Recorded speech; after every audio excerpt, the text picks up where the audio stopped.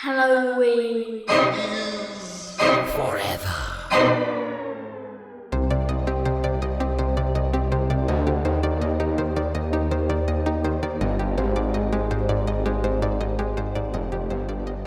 Welcome, boils and ghouls, to a motherfucking showdown episode of Halloween is Forever. I'm Brian. I'm Steve.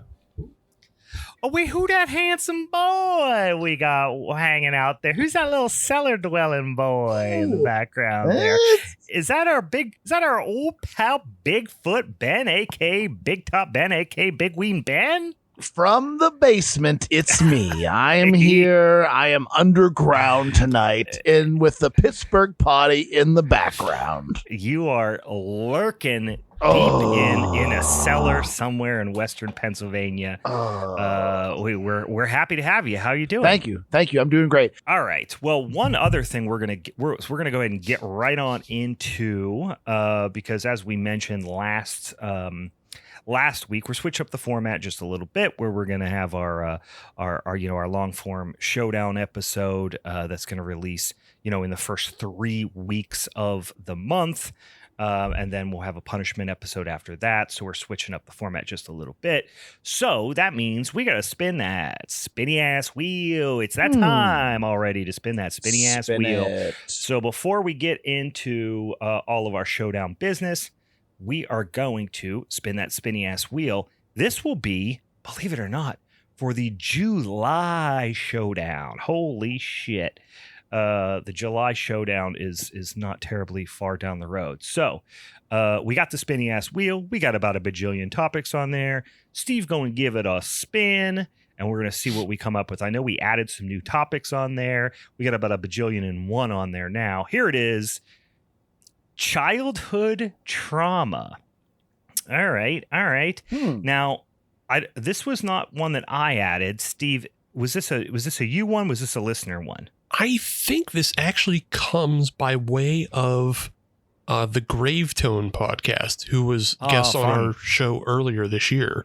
I believe this was suggested by them, or at least I know we had been talking about it. And I think maybe they had done their own episode, but either way, this is either inspired or suggested by them. So yeah. So I got to assume these are movies that provided childhood trauma for the picker, or is it a movie about childhood trauma? Yeah. No, it's a movie that provided childhood trauma because I had definitely been discussing The Gate with. Of course, Gravetone with regards to that. So yeah, it's definitely a film that scarred you when you were young. Mm-hmm. Yep. I like that. I remember I could not. I watched Chucky, and I literally could not. I was scared of what was underneath my bed for, I think, years after Chucky. Chucky fucked me up, so I think that's a good example. Chucky fucked a lot of people up. Yeah, we talked about that because Meg talks about that. Was one of the first ones she ever watched, and R.I.P. Of course, Meg. She has passed. She's dead. She is dead. She is a ghost. She is a ghost of a witch, which is interesting. Witch's ghost, Scooby Doo, and the witch's ghost. Anyway, or Black Sunday, same thing. Or perhaps. But yeah, that one got her as well. But I don't even want to reveal mine, because if we do that one, I got something fun to talk about. A real fucking weird sideways one. All right, next up here, second one, trains, just trains. So this one I know is mine. Had to be. and it is trains, just trains. That is anything that happens on a train, right? Yeah, some oh gosh, what's the one that happens on New Year's Eve with Jamie Lee Curtis? Terror Train, yeah. I was gonna say Killer Train, but that makes it sound like it's a train that kills people. Terror Train would be an example. What's the name of that cool one? I want to say it's called like Howl or something like that. But the one with the train going through the woods and there's dang old werewolves in the woods, that's a fun one as well. That takes place on a train. I don't know that one. And I actually have another train adjacent one that I'm actually keeping for for a punishment. So maybe if I win the showdown, you guys will hear about that one. But we're just talking about shit that happens on or around trains. That's all. All right. Let's spin it a third time, and we got supernatural slashers. So that is fun because that's a bit of a mashup. Obviously, we've done we've done camp slashers, we've done kind of neo slashers, we've done slasher remakes, we've done a bunch of slasher episodes, but we've not done specifically supernatural slashers. But that one might be a little tricky because depending on who you ask, just about all the big slasher franchises could be considered supernatural. Right. Well, I mean, Jason gets very supernatural. Yeah, Jason is for sure, but you couldn't obviously Freddy, very supernatural. Michael Myers and all that Cult of Thorn shit, that gets pretty supernatural. I don't know. I mean, it does, but he himself isn't supernatural. But I don't know. I think you could only use 6, but then again, we've eaten up most of these Halloween and Jason films. I know. Yeah. Well, we could go in a lot of different directions with supernatural slashers, so that'll be pretty wide open. But let me just go take a quick hot sec to recap. These are the topics that are going to be up for grabs for our July Showdown episode. So you'll see a prompt here in the coming weeks on the social medias to vote. We'll have a little poll on the social medias. If you're a Patreon supporter, you can come over on the Patreon Discord, or I'm sorry, on the Discord channel and vote on there, and you get an extra vote that way. But our choices will be childhood trauma. That is to say, movies that provided us with an ample supply of childhood trauma. Trains, just trains. I like trains. That one a lot. I like that. I like trains. I think that's fun. Or supernatural slashers. So quite a broad range there. So head on over and vote on your favorite, and that will be what we're talking about for July. But this ain't July. This is June. No, we got a whole month of yumminess in front of us here, where we are going to be talking about least intimidating villains. The worst of the worst. Exactly. The weakest of the weakest. So let's leap us back just one scant year to 1971, and Ben is going to talk about Willard. Yes. This sweet, simple man by the name of Willard. He is a young, bumbling kind of idiot. The movie opens where he's not. I think that's fair. He's not an idiot. No, yeah, he's an idiot, but he's also seems strangely content with it. The movie opens. There's a bus involved. He's clearly inept, and he is working at a company that his dad used to own. He doesn't own it anymore, and he got pushed out by what was his name? Oh, a good old Mr. Martin, right? Yes, Ernest Borgnine. Willard is clearly doing his best, but really doesn't have any aspirations to do any better. It seems he's coming home from work, and he comes home, and he lives in a giant big mansion where we're clearly made to understand that he is living there with his mom. His father has since passed away. There's a quick clip of him little scraping away like his little memorial stone, and comes in, goes home, opens the door, settles down, and then there's this really sad surprise party. And it's his birthday. I think it's his 27th or something like that. And it's his birthday, it's his party, but he doesn't really have any friends that come.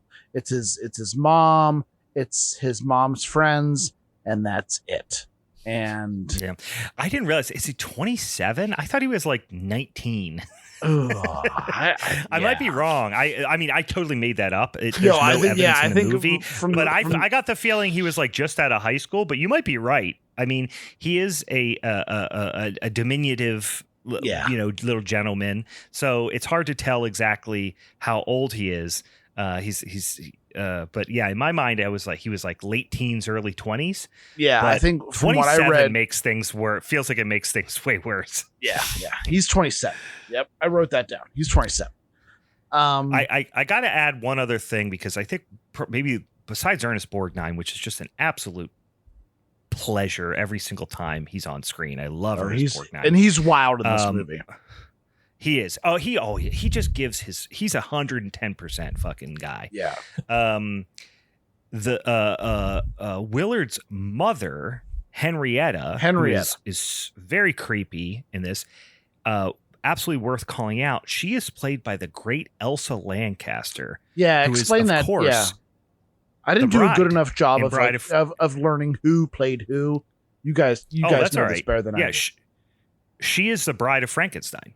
Oh, no shit. Okay. Yeah. She is 1935. She is the bride, the titular bride in Bride of Frankenstein from 1935. Obviously, this is 35 plus years later. So it's when you make the connection, you see her like, okay, now I see it. She even kind of has somewhat similar makeup a little bit in a couple of scenes. And I want to call it too. The woman who plays Joan, who's the temp at her and kind of love interest for a period of time, played by Sandra Locke. She is an all-time babe. And she looks great in this movie. I will say that. I remember seeing her. My dad was a big fan of Clint Eastwood movies, as all 80s and 90s dads, of course, were, because they grew up with them. We used to watch Clint Eastwood movies constantly, and she is probably most famous for playing love interest in a variety of Clint Eastwood movies, probably most notably The Outlaw Josie Wales, but a bunch of other ones. Sudden Impact, The Gauntlet. She was very, regularly the leading lady alongside Clint Eastwood. She's also in, even though her place got kind of taken by the orangutan in every which way but loose, but I guess she was competing affections in that one. Yeah, and they were, I believe, I didn't look this up, but I'm pretty sure they were in a long-term relationship. I don't think they were ever married. Maybe they were married. I'm not sure, but she was in a long-term relationship with Clint Eastwood. I was shocked. There's a scene later in this movie where the Al Martin, the Ernest Borgnine guy, she pulls Joan into his office. He pulls Joan into his office, and I thought that was going to be like a sexual assault scene, but no, he just kind of it definitely seemed like that because he had established himself as that kind of guy too already. Yeah, I was shocked by that. But so where are we? We are at birthday party. No one's there. It's just him. So we know that Willard is he's really underwhelming. He everyone wants him to be doing better. It's all his mom's friends and everyone is pushing him very hard, very severely to be better than what he is doing right now, and he's just not doing it. But also he doesn't seem to be bothered by where he is either. He gets kind of disgusted by his little party. He goes outside and he's in his little garden, he's in this giant, huge mansion house, and he's hanging out, sees a rat, takes a little piece of cake, feeds the rat, and that's what kind of starts this whole shtick of him and these rats. He tosses a piece of cake, he eats it, more rats come, they eat it, and he starts this little relationship with these rats. Classic boy meets rat situation. Tales all this time. Songs all this rhyme. That's what I was going to say. And his mom, Henrietta, I believe, is super overbearing and really pushing him to fix the house, get a job, do something, do better, do better than you are right now. And he says, yes, I will, but I'm going to get to it as I can. And also the mom can't really, she's sick, but she's not totally sick at this time. She's not that bad. The way that she treats him too is like it's always building him up, but in kind of a way that's like, I don't know, disingenuous. And she's very always self-serving and like manipulative in the way that she deals with him too. You know what I mean? It's a very like nagging, looking over his shoulder type of thing. Yeah, every compliment she gives him is really not sincere. It's always kind of pointed. Always kind of. There's always a critique in there. One of the great lines in this party scene is somebody says, Willard, he's an extrovert, but it's just all on the inside. Like, yeah, right. So it's like, it's that kind of denial that Willard is just this nudge, that he is, just letting everything, walk over him in life. And it's like, no, he has it in him. It just got to come out. That's all. He's truly an extrovert, and he can take over that company and live up to his, father's memory and all of that. Right. And then you're kind of led to you figure out that his dad did own the company. We're never really told how he loses it in the first place to Mr. Martin. It seems like Martin somehow like kind of swindled him out of it, swindled it away from him in some way. And then also there are a lot of suggestions that Martin killed his father, but I don't think they mean it literally. I think they mean it like it forced him out of his own company, and then things went downhill, and maybe there was health issues involved or whatever. Yeah, it's never really explained to us, but they really blame Martin for his father's death. Right. And now he is his employer and treats him badly, underpays him, overworks him, all that stuff. Yeah, which is it does seem I don't know, like there's parts of the movie where it seemed where Willard is truly not good at his job, but he's also getting so much work that he couldn't possibly do it all. So I don't know where that line is. It feels like most of Willard's shortcomings are just physical clumsiness. Right. He's always dropping things and spilling things and tripping over things and taking too long to physically get from one place to another. He doesn't seem dumb. He seems that bad. He seems fine. He seems emotionally, he is an introvert. He has obviously like confidence issues and like kind of social anxiety type of stuff, but like nothing outrageous. It's just like he's just kind of a bumbling schmuck. Yeah, and barely bumbling. But he's just but also he takes abuse. Oh, that's a good band name. Barely bumbling. It sounds like a band I wouldn't listen to. It sounds so indie. I cringe. I don't like it. It's a little college radio. Yeah, it's a little college radio. So let's get to the rats. Like that is the basis of this whole shtick. So he back to his birthday party. He feeds a rat, gives it a piece of cake. He loves this whole situation. Kind of becomes like a little bit of we get a couple little snippets of him being practically an animal trader. So he is feeding these rats, teaching them little cues, going them into teaching them more like to where food is, where not food is, and then pointing them in those directions. And his mom also is super unbearing, Henrietta. One of the many jobs that she assigns him is killing these rats. So he at this point he's not super attached. He does lead them into this little old pond that they seem to have in their backyard, because the house that they're in looked beautiful at one time. I mean, it was a mansion. grand mansion at Yeah, some point. yeah. Yeah, And it it- still and it- is to a lot of extent, but it has fallen Right. into disrepair a little bit. Yeah, it is in very bad shape. He lures the rats onto an island to drown them in this little pond. And then his conscience gets the best of him, and he eventually puts the bridge back out. The rats come out, and then he is now really just he's invested in these rats from that point forward. Mhm. And these rats become a big part of his life. Yeah, they become his friends, his Yeah. really his only friends. Right.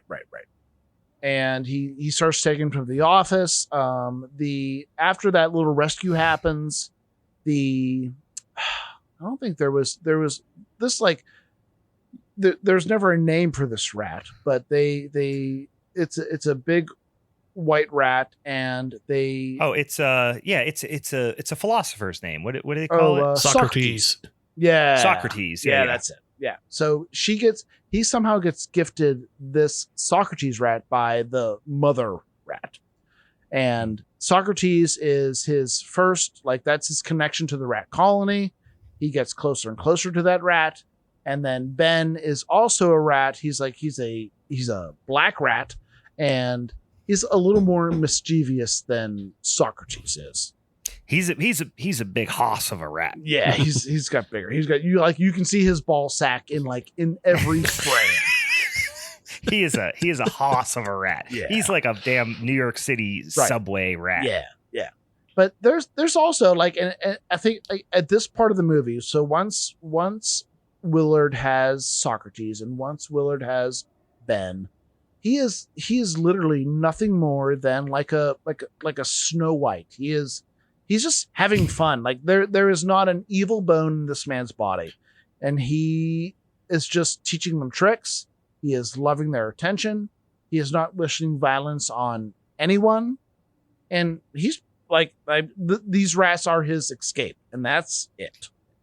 And they're more they're his friends, but they're also, he treats them like his children. He's a very parental figure for them. The way he talks to them about oh, you shouldn't be doing this. Now you don't talk back. You do this. And it's also important to specify that these rats understand English very clearly. I did have English. there are some problems with the animal training that happens in this video. Yeah. Subtle, not like yes, no, up, down. He's having extended long conversations with these rats, giving them very specific directions, and they are abiding. They're doing it. But hey, let's focus on the fact that he's never teaching these rats to do anything bad, anything evil, anything violent. Yet. Come on. Yet. He's training them, but also he you know is what? Training. Even though he's not training them, he is teaching them about racism because he does engage in rat racism. Also, yeah, he very clearly has a favorite in Socrates, a white rat, and he gets into fights with Ben, who comes up out of the basement, a black rat, and Ben is not allowed out of the basement, but Socrates is, and it's very clear that Willard is not a good guy, even though he's a nudge and he doesn't have much backbone to him yet. He is still a rat racist. Yeah, it is. It's uncomfortable. It's a real house rat versus field rat situation, and he is like the slave keeper. Yeah, it's no, I'm exaggerating, but now that you say it, I'm on board with this narrative, Steve. Oh, I hate that. Shut up. All right. So the longer he's got Socrates and Ben, he's really embracing this rat race colony, and obviously the longer you have rats, they seemingly just multiply times 10 over the course of this movie. There's one moment you look down and now there's 15 more. So the next big scene in this thing is his boss's party. Boss is super oppressive to him. He knows he's having this big shindig at the house, and he wants to ruin it the best he can because he's also pressuring him to sell his he wants him to he wants his house. Yes. Now it hasn't kicked into full gear yet, but yeah, Right. he is plotting to take his house. Yeah, because he is sitting on a big mansion, and so he wants to take this house. So he takes his rats. He kind of stashes them in this little leather doctor bag, which is really slick, and takes them, sneaks up to the backyard, lets them loose, and they're having like this little outdoor dinner party, and just says, and one of the cues that they had taught this rats was food, and just kind of like points his finger, food, and the rats go out, and everyone freaks out to a ridiculous degree. And it's the party turns into a disaster. Oh, it's terrible. I love when chaos is ensuing, and this happens several times throughout the movie. This is the first real scene where it happens. When chaos is ensuing and rats are involved, they employ obviously real rats to kind of run around people's feet, and then they do a lot of shots from the waist up where you can't see the ground, but people are acting to rats that aren't there, which is fine, right? Yeah. Whatever, that's fine. But I love this sequence especially where they also mix in a bunch of fake rubber rats. Hell yeah, and dude. throw them at the actors.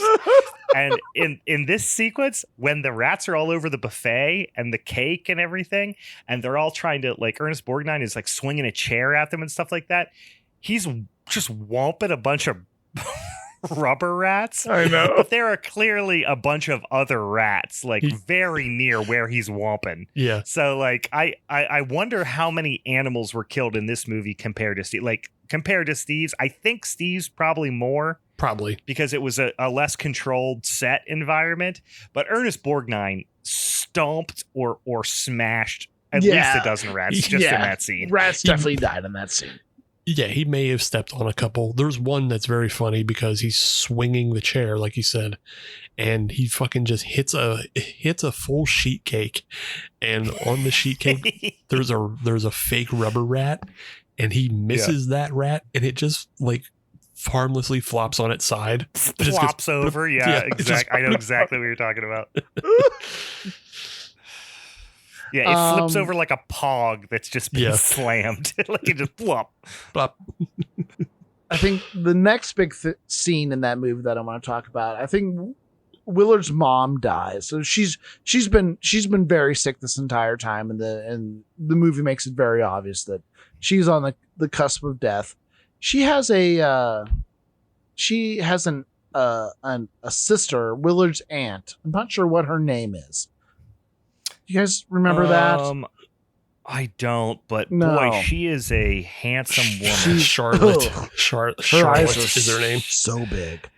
I have never seen a woman with it. And listen, they played it up with the makeup. This is what they're going for. So I'm not trying to be disrespectful. All right. Well, they nailed it. She has a head on her. That is, I mean, you could sit a drink on top of it. It is so flat. She is. So the actress's name is Jodie Gilbert, and before this she just obviously played a bunch of these types of roles. Like she's in Butch Cassidy and the Sundance Kid, and she's just credited as a large woman. She is oh, that's disrespectful. That's terrible. She has 2 credits that are just fat woman. So oh no. Yeah, she has been playing this type of character for a long time. But specifically in Willard, they do make her look a bit like Divine. So with the makeup, the wig and everything, and all with the makeup, Okay, and that's she good.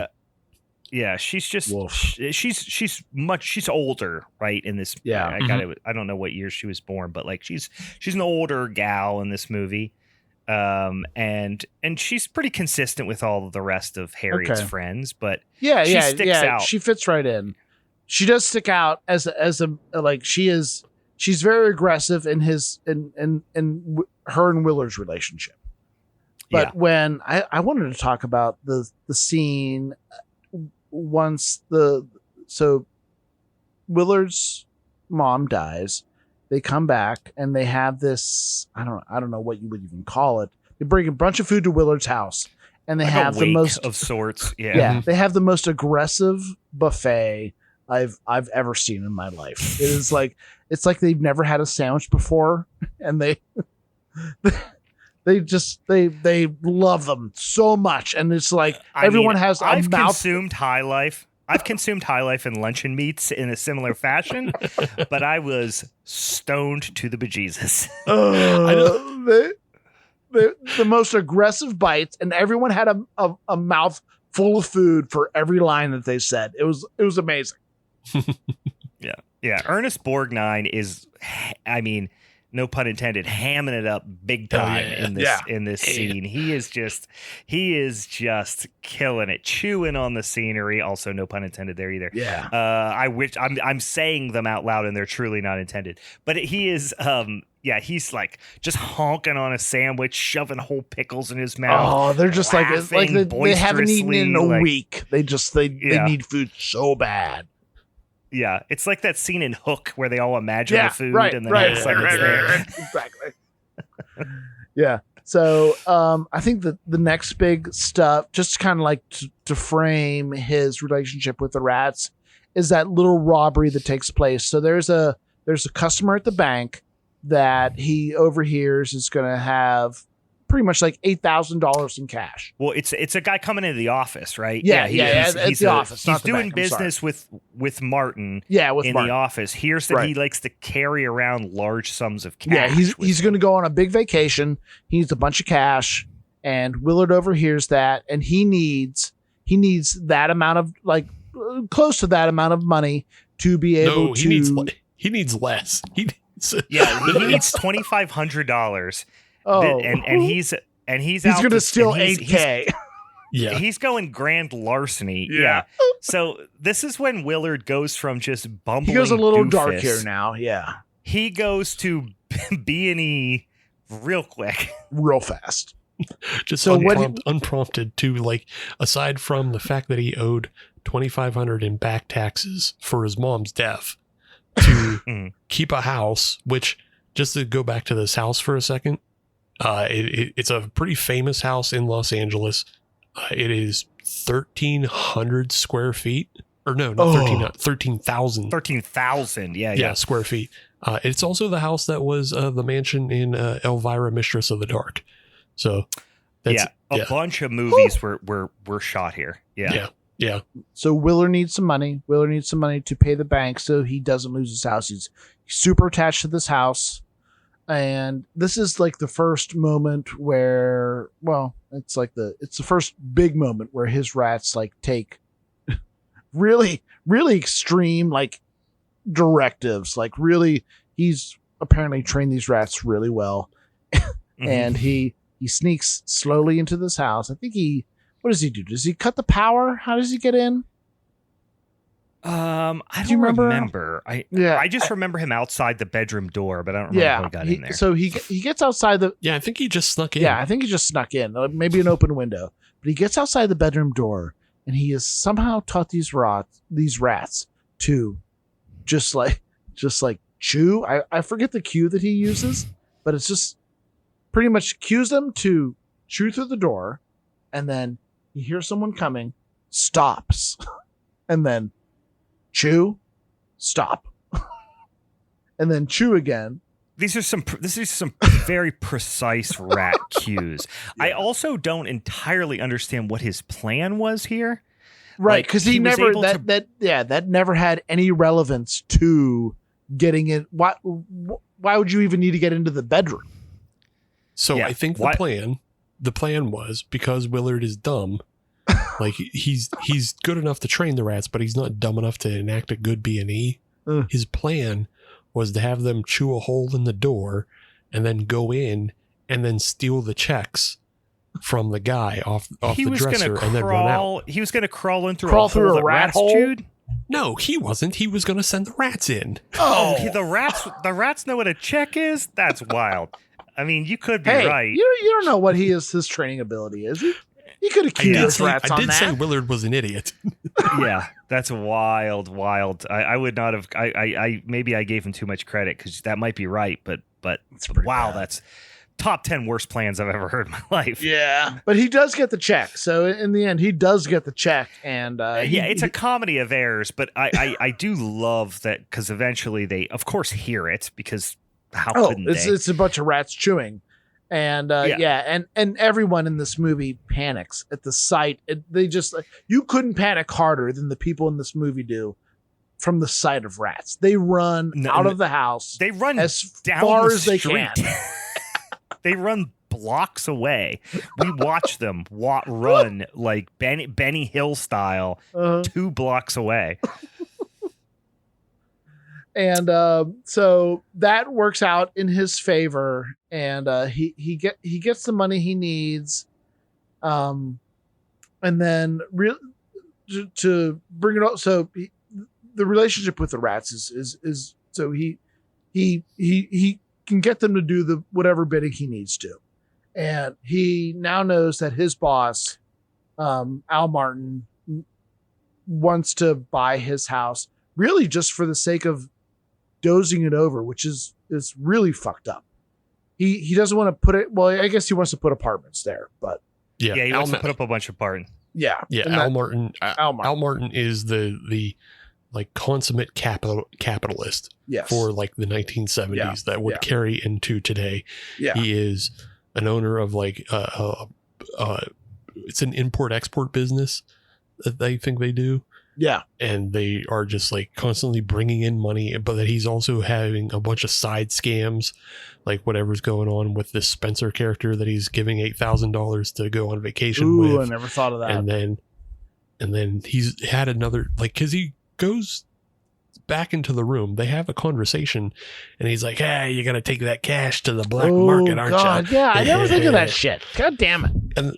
And there's a talk about like some exchange of photos, which sounds like this Spencer character goes on sex tourism and then trades Martin the photos later. It does seem, and you don't know if he's just saying shit or if that's real, but yeah, he's got his hand in a lot of things because the business seemingly is a forge of some sort, right? It's a manufacturing business where they're pouring molten metal into things. So it's some sort of forge or whatever.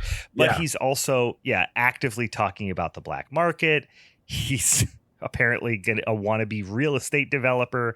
He's just, all around like ultra evil, like uber capitalist kind of thing. Also, just realized his name was Al Martin, which is really funny because that was like a baseball player for the Pirates for many years. Al Martin, where do I know that? And I googled it. I was like, oh, Al Martin. Yeah, gotcha. And then also you just know he's a like shithead businessman because he does the exact same thing that Louis Tully does and invites all of his clients to his anniversary party, which is where all the rats showed up. Those were all just clients of his, not friends. Yeah, real classic scumbag behavior. Yeah, doesn't have any actual friends outside of like work colleagues. No one truly likes him, and you can see there was a time, and we skipped this part, but part of Willard's really hatred towards Al Martin comes from because Willard was bringing the rats to the office for a long time, and one of the secretaries finally saw them.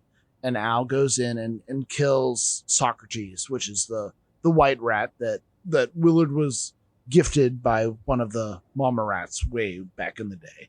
And that's really when Willard like kind of turns a dark corner and gets really vengeful and really angry and really doesn't give a shit anymore and wants Al Martin really to just disappear. Yeah. Yeah, I would argue up until this point, and perhaps you could even argue a little bit past this point, I don't know that Willard is a villain at all. No, I don't think so. No, he is very much put upon, and even at his worst, I feel like he's a bit of an anti-hero. He does take a turn at the end that you could argue he is a villain, certainly from the perspective of the rats. Yeah. But Or I don't just know barely. if from the perspective of anyone else. Yeah. If in comparison, I believe it is a villain turn because he is merely becoming the mirror image of what Al Martin is. Like, Ooh. we're talking about how Al Martin is just like this capitalist who's out for money and business and has no real friends. Well, neither does Willard. Willard has no real friends except for his rats, and then he turns on them the moment it becomes advantageous for him. Yeah. Yeah, agreed. Like I said, from the perspective of the rats, certainly. And also, I mean, we have to provide this concession, suspend this disbelief that these rats are, for some reason, ultra intelligent. At least one of them. At least Ben, one of them. Ben's multiple. pretty Ben smart. and Socrates certainly was, right? Yeah, And then Socrates all as well. the rest of them, because they know they take very specific pointed directions, subtle directions, and execute them with 100% Right. accuracy. Yeah. With no reward in sight. Like, there's No reward, and willing to kill and die for Willard at the drop which of a makes hat. no sense. Yeah. Yeah, I mean, they're food motivated. They're also vengeful. Like Ben, I keep focusing on Ben because Ben gets a sequel just Right. called Ben. Right. Yep. And also he's the one rat that like narrowed his eyes because he was mad. So like that's how you know he's mad. He does do a It's like the upward stink angle eye. of the rabbits. That's how you know they're serious. Yeah, he gave Willard the stink eye, so that's how you know he's serious. But also at one point he does apparently read English and then communicate what the English on a package says to all the other rats, and the rats understand that. Right. So I don't know. Yeah, they are pretty hyper intelligent. So let's get back to I'm going to catch us up to where Ben reads English. So Willard uses the rats. There's a big finale where he goes to Mr. Martin's house or Mr. Martin's office, and he does tell the rats to sick him or kill him or get him, Tear him up. tear him up. But the rats never really do. Mr. Martin falls out a window, and that's where he dies. And then we get to the point where Willard is really shocked by that, like has a hard time understanding the fact that he just killed somebody. And that's where Brian was talking about, or Steve was talking about, there was a poison attempt and that didn't work. Ben was able to read that. And there was a drowning attempt and some of the rats got out of that. And then there is the final moment of this movie where Willard is having dinner with Joan and Ben appears, and that's when all the somehow Ben has motivated the other rats that are not dead to join in his effort and end Willard. I think the most villainous thing, aside from sicking the rats on Martin, and then Martin gets the bunch of rats getting tossed at him treatment. They're biting him, they're scratching him, whatever, and then ultimately goes out a window. But then you see him laying there, they're all like all over him, assumedly like eating him, right? Yeah. Aside from that, I don't know if it's that's probably the climactic scene, but the emotional climax of this movie is Willard drowning, deliberately building a bunch of boxes specifically to drown the rats in, right? Which is like the ultimate betrayal. And this is his real heel turn, because Martin is a bastard. We hate him. He's Ernest Borgnine does an amazing job of being hateful, manipulative, fake. Yeah. All the shitty characters in a person. So we're happy to see him get his comeuppance. At that point, at worst, he's an anti-hero. Yeah. But when he really makes the heel turn towards fuck this guy is when he builds these little things and manually holds them underwater and watches the bubbles. They do a good job. Like you could see like his angst and his pain in there, where he is like, Grant, does he hold him underwater long enough? Definitely not. But no. Listen, I've drowned a couple rats in my day. It takes a long time. It takes a while. They do a good job. I've been pepper sprayed 9 times. Takes 20 minutes. They do a good job of making it look very difficult for him, but he still does it. He does what, 2 boxes, I think. At the end? 4. 4. Oh shit. Yeah. Because it's 2 double stacked. He drowns an absolute. That's rough. Gross of rats. I couldn't imagine. I don't even like rats, and I couldn't. I couldn't. No way. That's when he takes afterwards. He's just going to put them out in the trash, and then garbage man comes back and he's burying them after. Isn't there like a? Yeah, I think there's a hole he's dug and he's going to bury them. I remember seeing the hole. I think he even does bury a couple of them, or he puts them in the hole at least. That's the emotional, end of the movie. But then, of course, they get their revenge, which is also kind of beside the point, because I am talking about Willard here, and the rats are doing rat stuff. Ben is not the character that I am saying is the least intimidating villain that we have talked about tonight. Well, because he's not, because Ben would be intimidating as well. But Willard is.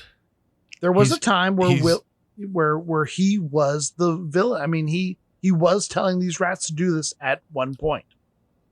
Right. Yeah. Like the thing about Willard is, despite him being a tow-headed nudge who is just like completely ineffectual, he would just be like kind of an incel chud today. He wouldn't have like much going on with him. He has that darkness in his heart to turn and to take shortcuts. And, again, we talked about how the Lepus, they were mostly food motivated, and Willard was motivated by money and houses and women. That makes Willard evil. Whoa, I don't know. He was motivated by his childhood home that he just didn't want to leave because he was too scared to go anywhere else. He wasn't motivated by women. His childhood mansion that he was a Nepo baby to. Yeah, his job, the only reason he works there is because his dad founded the company. Let's keep this in mind. He is a Nepo baby. Well, that's through fine. And through. There's nothing wrong with that. Yeah. Well, it's not great, but come on. I think... what else is he going to do? Well... well, apparently nothing. But here's the other thing that I want to call out. That he's also broke. Like he wasn't for being his father's company. He had no fucking money. So there's also That's true. I think Martin suggests that the only reason he is working there is because he promised it to his mother when his father died. But we didn't talk about this because it's not that important. But it is like just a slightly memorable scene, I guess, is when Sandra Locke's character gifts him a cat. Oh yeah, I forgot about that. I'm so sorry. Which is a horrible thing to do to somebody. Yeah, just to spontaneously show up with a adamantly against pets as gifts. So, and I will tell you, this was of course an uninvited gift. And I do believe that this is perhaps the origin story of Uninvited, the cat, the movie about a cat with a mutant killer cat inside of a slightly larger mutant killer cat. And Brian, are you saying that when Willard is gifted this cat and he immediately turns around and just sees a guy in a phone booth and says, "Here, take this"? Oh, I'm so sad. Which is the fun. That is the funniest way to dispose of anything. Just, "Here, take this," and then runs away. Right. Are you saying the man in the phone booth was a scientist at the lab that Uninvited was at? Yeah. I'm going to say he was a scientist in the lab, or perhaps ultimately it might be some sort of serendipitous situation, but perhaps that man started a yacht business someday. I'm not sure. but ultimately he did end up in a lab and then was mutated into a small cat inside of a somewhat larger mutant cat. I will say the most impressive thing about this movie is probably the performance of Willard, namely how natural he is with the rats. I know that sounds silly, but yeah, he just like you could tell he spent a lot of time with these rats, and I think it went a long way to make him endearing, early on. Yeah, the way he handled them comfortable seemed very, very, very sincere. Like he had practiced this before. Yeah, and just very comfortable. You know what I mean? Like the way when he would pick up and there would be one like hanging onto it. Like there's a couple scenes where he's like moving them around and doing little silly things with the rats, and then one of them's like clinging to his hand, and the way he like takes it off with his other hand and puts it down. Like he's just very, very careful. It wasn't the with first the time rats. he had done it by any means. Yeah. Yeah. Cool. I think as far as being an intimidating or unintimidating villain, he's got the body count isn't necessarily there unless you consider the rats.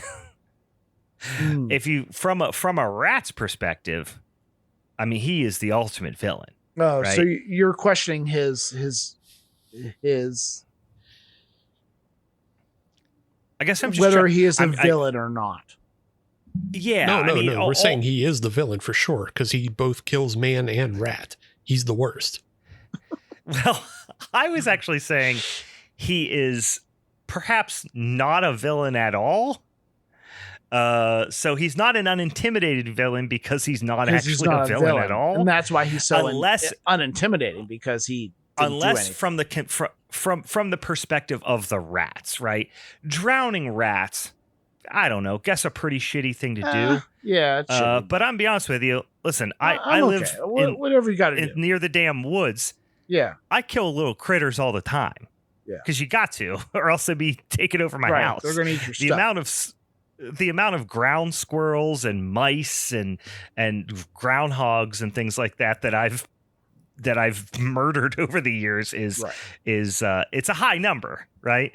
So does him? I think the thing that would make him truly a villain is if you take into account the fact that these rats were for some reason super intelligent and could understand betrayal. Like that's when he becomes a villain. Because without that emotional baggage, he's just disposing of a rat infestation. That is a thing I can look up in the yellow pages. 100 people will come and do for money, right? That's not villain behavior. That's just killing an infestation. The title of this series is Killer, not Villain. So he did. That's true. Okay. All right. Yeah. We're not like you don't have to be a mastermind of terrible atrocities to win this. You just have to. That's true. It is killer, not villain. I had in my head it was killer. Villain. It's just killer. Yeah. So he did kill Mr. Martin. Yes, in a court of law, he would be killed Mr. Martin, but yeah, sure. Under his direction, so he would be the one found guilty. Right. Prove it. I would challenge any jury of his peers to prove that the rats killed him. Oh yeah, you're right. His direction. Are we putting Ben on the stand? Because the only person that can understand Ben is Willard. Yep, so if we put Ben on the stand, the only person that's going to be able to cross-examine him is Willard. And then what motivation does Willard have to actually communicate Ben's real wishes? I do love and laughed out loud at the end when Willard suggested, and this is when Ben, they kind of have a mano showdown, which is at the very end, which, spoiler alert, we know this because Ben has a sequel called Ben. Ben gets the better of Willard, and it's just a mano showdown where Ben will pop up at a portion, just perched on a ledge or a shelf somewhere, and then Willard will like throw something at him or try to bash him, and then he'll just duck back and then pop up on the other side of the room like a fucking ghost. And at one point, when Willard realizes that Ben is just too powerful, I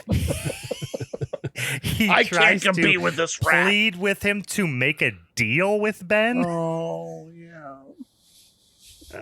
which is very funny to try to make a deal with a rat. Right? Sounds really not intimidating. I don't think he killed anybody, is what my point is. He didn't actually kill anybody. He killed the rats in betrayal, and he killed Martin. I would submit that any time that somebody is putting a snake in a mailbox and that's killed somebody, they have gone to jail the guy for that. Whoever put him in the mailbox. It doesn't say least intimidating manslaughterers. It's least intimidating killers. And at best, he's going to get charged with manslaughter by bringing all his rats to the office. And you know what? Let's be clear. He ain't going in front of a jury of rats. No, so the rats aren't going to... He's going to get acquitted of all rat murder. That's true. That he is not going to rat court. So like he's not going to get convicted of those crimes. I love the idea of it's night court, but it's all rats, and like Ben is bull. This big old ball sack dragging around everywhere. All right. It's the 70s. I don't know if they had enough animal cruelty charges if they dug up a mass grave of rats. So I don't know. Right. Yeah. That's it. That is Willard. There you go. Let's end it right there. I think that is it in a nutshell. And I rest my case. All right. Okay. All right. I do want to add, we missed the greatest line in this movie. No, tell me. I know what you're gonna say. Yeah. And I did log on to IMDb to submit it just to make sure it makes it into the quotes, because it was not on the quote sheet of IMDb. But at one point, after Willard discovers he discovers that Martin is just banging the office secretary, and he tries to embezzle. Well, not embezzle, but he tries to pinch a little money out of Martin. Martin says to him, "You're a real pain in my taint," which to me canonically is the first time taint has been used on film. Yeah, nice. He might. Ernest Borgnine may have coined the phrase taint. I like to imagine off screen he says that, and then they go, cut. And he's like, what did you say? He's like, taint. And he's like, what's a taint? And he's like, it's a little spot between your balls and your asshole. And they're like, all right. Really? Really? Wow. You learn something every day. And then they just are like, all right. Roll it. It's like, you sure about that? Yeah, taint your balls, taint your ass. If there's anybody who would know that little quip, it's Ernest Borgnine. He's dropped that one a couple times in an elevator. And then also keep this in mind: if this has to go to a vote on the internet, just vote for taint all the way. Taint. Yeah, we wouldn't have taint if it wasn't for this movie. Thank you, Willard. Thank you, Willard. Thank you, Ernest Borgnine. Yeah. Okay.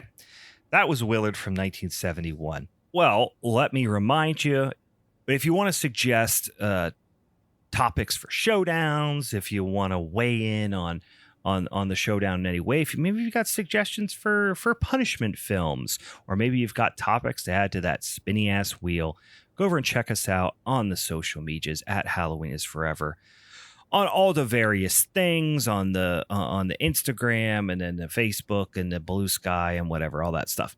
Also, if you want to send us an old-fashioned email, you can certainly do that too at halloweenisforeverpod@gmail.com.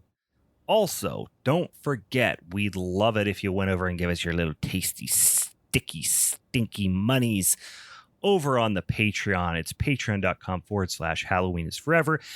You give us 5 little tiny, little stinky dollary dues every month, and all you get is a whole bunch of stuff. Not only do you get write-ups from Steve and recos and reviews and all that fun stuff that's posted on the Patreon, you also get extra votes in the